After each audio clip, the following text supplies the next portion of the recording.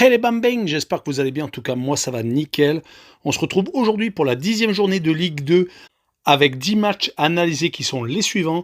Saint-Etienne contre Grenoble, Metz contre Pau, Annecy contre Bastia, Rodez, Amiens, Valenciennes contre Sochaux, Niort contre Guingamp, Dijon contre Le Havre, Nîmes contre le Paris FC, Caen contre Quevilly-Rouen et enfin Laval contre Bordeaux. Mais avant, n'hésitez pas à venir nous rejoindre sur le site VIP, vous avez l'adresse à l'écran également en description. Les 3 réseaux sociaux sur lesquels j'apparais sont Telegram, Instagram et Twitter. Une code safe et une code fun tous les jours. Et surtout, le petit pouce qui va bien pour faire monter la vidéo dans toutes les vidéos de pronostiqueurs. Et également l'abonnement, ça fait toujours plaisir. On approche en plus des 11 000. Et je vous en remercierai tout le temps. En tout cas, le classement... Les premiers sont pour l'instant les Sochaliens avec 19 points, donc 6 victoires, 1 nul et 2 défaites. Deuxième, Le Havre avec 18 points, donc juste derrière. Troisième, Bordeaux avec 17 unités, à égalité avec Amiens qui est quatrième avec le même nombre de points. Cinquième, Guingamp avec 16 points. Sixième, Caen avec 15. Septième, Valenciennes avec 13, à égalité avec Bastia qui est huitième. En fin de classement, 14e, Pau avec 10 points. 15e Annecy avec 9 points qui est à égalité avec Rodez qui est donc 16e, 17e Nîmes avec 8, 18e Saint-Etienne avec 7 points à égalité de points avec Quevilly-Rouen qui est 19e et dernier Niort avec 7 points également mais 20e avec un goal average de -10.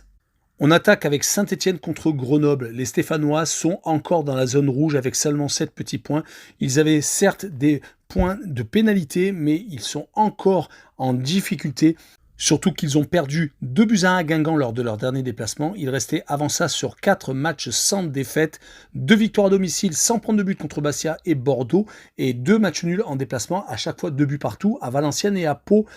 Mais les Verts doivent absolument s'imposer contre une équipe de Grenoble qui s'est tout de même ressaisie, surtout à domicile où ils ont gagné 2 de leurs 3 derniers matchs contre Nîmes et contre Caen. Ils s'étaient inclinés par contre contre le Paris FC. Quand on prend leur bilan sur les 5 derniers matchs, c'est juste moyen avec 2 victoires, 1 nul et 2 défaites. Je vois donc les Stéphanois s'imposer 2-0 à la maison et je vois les deux équipes ne pas marquer avec une cote à 1,83. On poursuit avec Metz qui reçoit Pau. Les Messins n'ont plus gagné depuis 3 rencontres avec un match nul à domicile contre Annecy et 2 défaites, une où ils avaient fini d'ailleurs à 8. S'inclinant 6-3 à domicile contre Guingamp et la défaite à Bastia dernièrement, 1-0. Du côté des Palois, par contre, c'est totalement l'inverse. 4 matchs sans défaite, 2 matchs nuls pour commencer la série à Caen et contre Saint-Etienne et ensuite une victoire à Laval et à domicile contre Valenciennes qui était une des équipes en forme. Mon pronostic sera donc un but partout entre les deux formations et je vois les deux équipes marquées avec une cote à 2,07. On poursuit avec Annecy qui reçoit Bastia. Les Annéciens viennent de perdre contre Le Havre lors de leur dernier déplacement. Ils restaient sur 4 matchs sans défaite avec des résultats très intéressants comme le 0-0 obtenu à Metz ou également la victoire obtenue à Dijon 2-0. Sur cette série d'invincibilité, ils n'avaient même pas pris de but, avaient marqué à 3 reprises et avaient donc concédé 0 réalisation. Ils vont recevoir une équipe de Bastia qui, de son côté, n'a plus perdu depuis 3 rencontres, qui a eu un gros coup de mou où il s'était enfoncé dans le classement, mais depuis 3 rencontres, ils sont également sur 3 clean sheets, ont gagné Dijon et Metz à domicile et ont fait 0-0 à Nîmes. Donc sur cette rencontre, je vois un 0-0 nul et vierge et je vois le moins de 2,5 buts sur le match avec une cote à 1,54. Et on poursuit avec Rodez qui rencontre Amiens. Les Rodésiens viennent de redresser la tête avec une victoire au Paris FC 2-1. Mais si on regarde sur les 5 dernières rencontres, toutes compétitions confondues, ce n'est pas si mal que ça, avec 2 victoires toutes à l'extérieur, 2 matchs nuls, tous à domicile et une seule défaite. Par contre, c'était à domicile contre Metz qui s'était imposé 4-1. Mais ça va tout de même beaucoup mieux car ils sont juste au-dessus de la zone de relégation avec 9 petits points en 8 rencontres. Leur match en retard à jouer contre Guingamp peut peut-être leur permettre d'accrocher le milieu de tableau.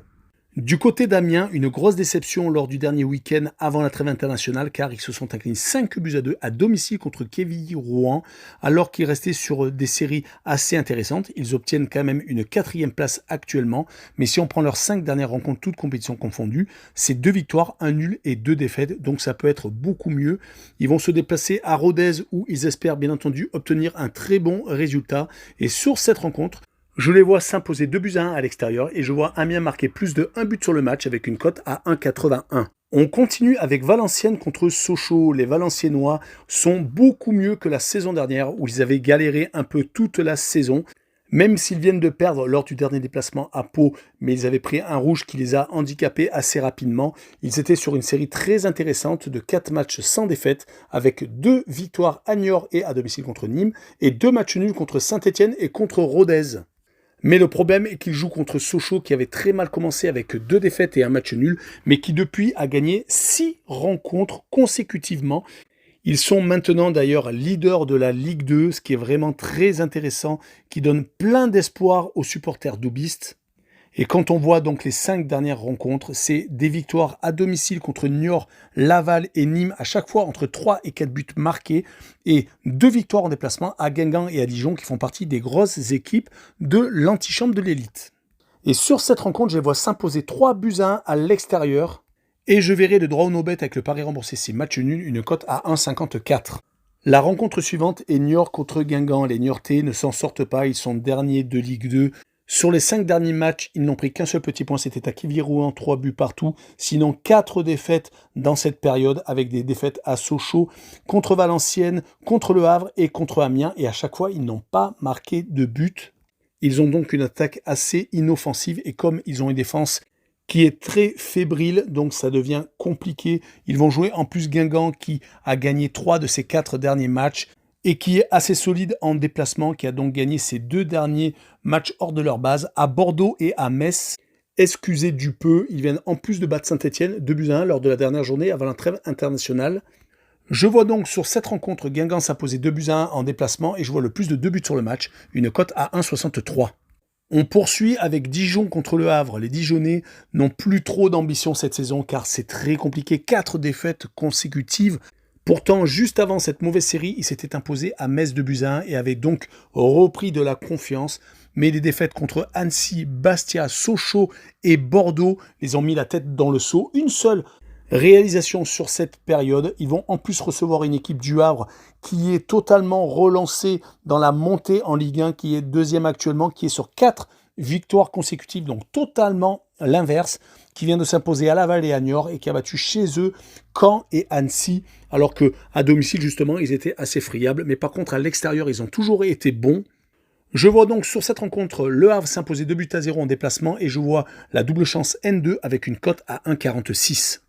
On continue avec Nîmes contre le Paris FC. Les Nîmois sont en difficulté avec seulement 7 petits points. Leur mauvaise série sur les 4 derniers matchs en atteste avec 3 défaites contre Grenoble, Valenciennes et Sochaux, toutes à l'extérieur. Et à chaque fois, ils ont pris 3 buts et un seul petit match nul. C'était à domicile contre Bastia. Heureusement, à domicile, donc, ils sauvent les apparences car ils n'ont plus perdu depuis 3 rencontres, ayant battu d'ailleurs sur cette période Rodez-Laval et Bastia.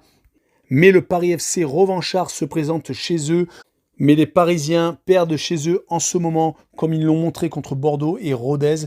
Et ils arrivent à accrocher des points en déplacement, comme ils l'ont fait à Amiens avec un but partout. Et la victoire à Grenoble, 2 buts à 1. Sur cette rencontre, je vois un but partout entre les deux formations. Et je vois le Away No Bet avec le match nul remboursé. 6 victoires du Paris FC en déplacement avec une cote à 1,86. On passe à l'avant-dernière rencontre, Caen contre Quevilly-Rouen. Les Canets sont peut-être en train de rentrer dans le rang car ils avaient très bien commencé, occupé le trio de tête en début de saison. Mais malheureusement, sur les 5 dernières rencontres, une seule victoire, c'était contre Amiens. En plus, une équipe qui fait actuellement partie des favoris pour monter en Ligue 1. Mais les 2 partages de points contre le Paris FC et Pau et les 2 défaites surtout au Havre et à Grenoble les font redescendre sur terre. Ils vont rencontrer Quevilly Rouen qui vient de s'imposer 5-2 à la surprise générale à Amiens, mais qui était en mauvaise posture sur les 5 dernières rencontres, car ils avaient fait 3 défaites à Bordeaux, à Annecy et à domicile, surtout contre Laval, où ils avaient été réduits à 10 rapidement. Et le 3 buts partout contre Niort leur a permis tout de même d'arracher un petit point. Donc 4 points pris sur les 5 derniers matchs. Mais sur cette rencontre, je vois Caen relever la tête et s'imposer 3-1. Et je vois Caen marquer le plus de 1,5 buts sur le match avec une cote à 1,93. On finira avec Laval contre Bordeaux. Les Lavallois sont remontés en Ligue 2 enfin après un long passage en national. Mais ça ne se passe pas si bien. Ils n'ont pas encore gagné chez eux avec 3 défaites et un match nul. Il faut dire qu'ils ont rencontré du lourd entre Guingamp, Metz et Le Havre. Seul Pau peut-être aurait pu être une équipe à leur hauteur. Heureusement, à l'extérieur, ils ont tout de même enchaîné 3 victoires et seulement 2 défaites. Donc ils sont beaucoup plus performants quand ils se déplacent. Ils vont rencontrer Bordeaux qui veut remonter directement dans l'élite. Ils n'ont perdu qu'à 2 reprises pour l'instant, une fois à la maison contre Guingamp et à Saint-Étienne, 2-0 dernièrement. Mais on peut compter sur eux, surtout que sur les 4 derniers matchs, toutes compétitions confondues, ils se sont imposés à 3 reprises contre Quevilly Rouen, le Paris FC et contre Dijon. Ils n'ont perdu donc qu'une seule fois, c'était dans le Forez. Sur cette rencontre, je les vois s'imposer 2-0 à Laval et je vois le draw no bet avec le pari remboursé 6 match nul, une cote à 1,62. Voilà, on en a fini avec cette vidéo. N'hésitez pas à mettre un petit pouce et surtout abonnez-vous. Tchou les bambing!